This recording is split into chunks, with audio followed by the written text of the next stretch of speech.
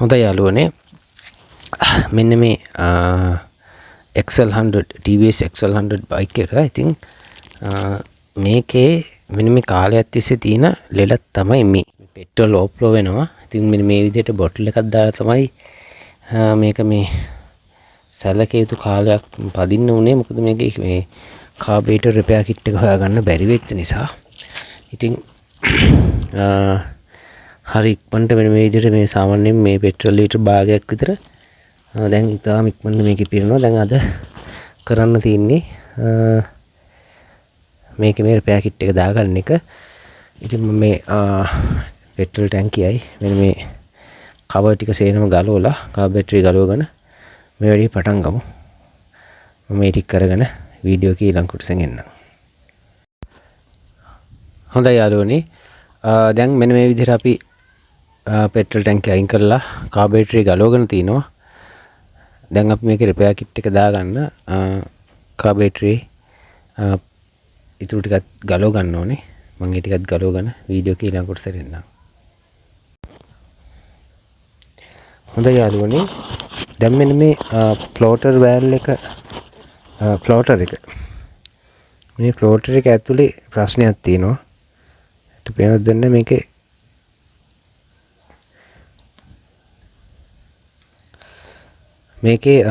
Petrol පිරලා තිනවා. ඒ කියන්නේ මේ ෆ්ලෝටර් එක ලීක්. ඒ හින්දා තමයි මේ ෆ්ලෝටර් එකේ සිදුරක් තියෙනවා. ඒක වෙලා තින්නේ. ඒකින් තමයි මේක පෙට්‍රල් ඕවර්ෆ්ලෝ එක වැඩි වෙලා තින්නේ.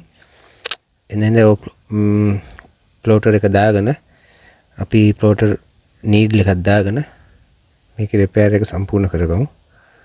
හොඳයි යාළුවනේ, මේ තින්නේ මේ සිදුරු වෙච්ච ෆ්ලෝටර් එක. මේක පේනවා ඇති මේ පෙට්‍රල් ඇතුළට ගිහිල්ලා තියෙනවා සිදුරකින්. හොඳ අත ටිකක් එන්නේ පෙට්‍රල්.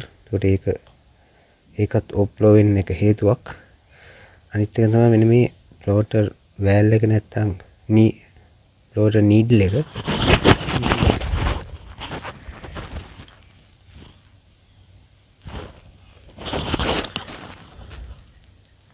ඔබට පේනවද දැන් මෙන්න මේක හැඩය.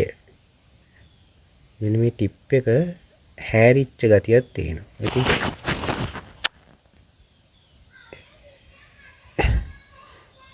මෙන්න මේ විදිහට ඒක හැරිලා ගෙවිලා තියෙන ටිප් එක. මෙන්න මේ නිසා තමයි ප්‍රධාන වශයෙන්ම මේ පෙට්‍රල් ඕවර්ෆ්ලෝ වෙන්න හේතුව. දැන් බලමු මම ඒක එතනින් තියලා බලමු අලුත් ෆ්ලෝටර් නීඩල් එක මොන වගේද කියලා.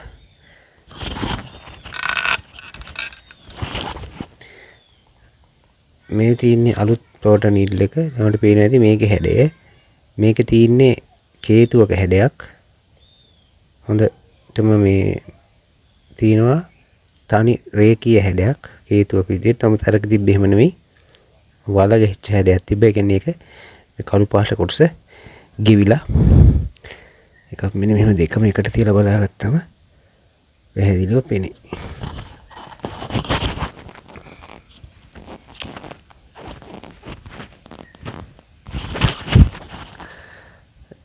මේ දැන් ඔයාලට පේනවා ඇති මේ දෙකේ පැහැදිලි වෙනසක්.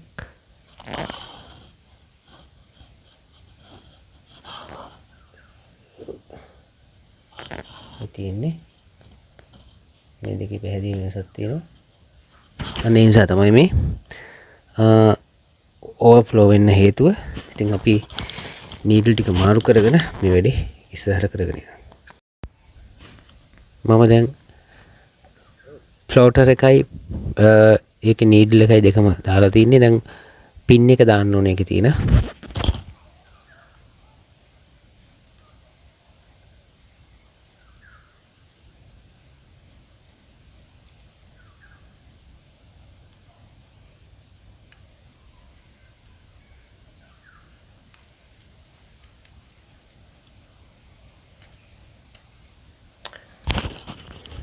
හරි, පින් එක දාගත්තා.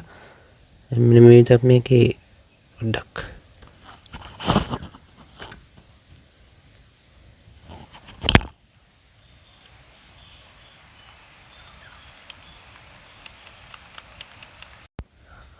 හරි. දැන් අපි මේකේ යට කප් එක සවි කරගත්තා.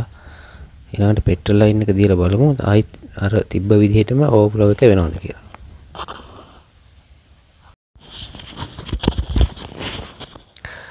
හරි යාළුවනේ දැන් මම පෙට්‍රල් ලයින් එක දීලා තියෙන කාබේටරේට මේ තින්නේ ඕවර්ෆ්ලෝ ලයින් එක පෙට්‍රල් වල ඕවර්ෆ්ලෝ එකක් නැහැ. හරි අපිට පුළුවන් දැන් මේක එන්ජින් එකට සවි කරන්න.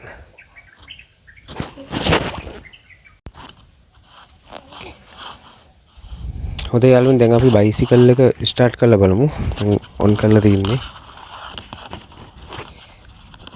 එන්ජින් එක රන් වෙනකොටත් right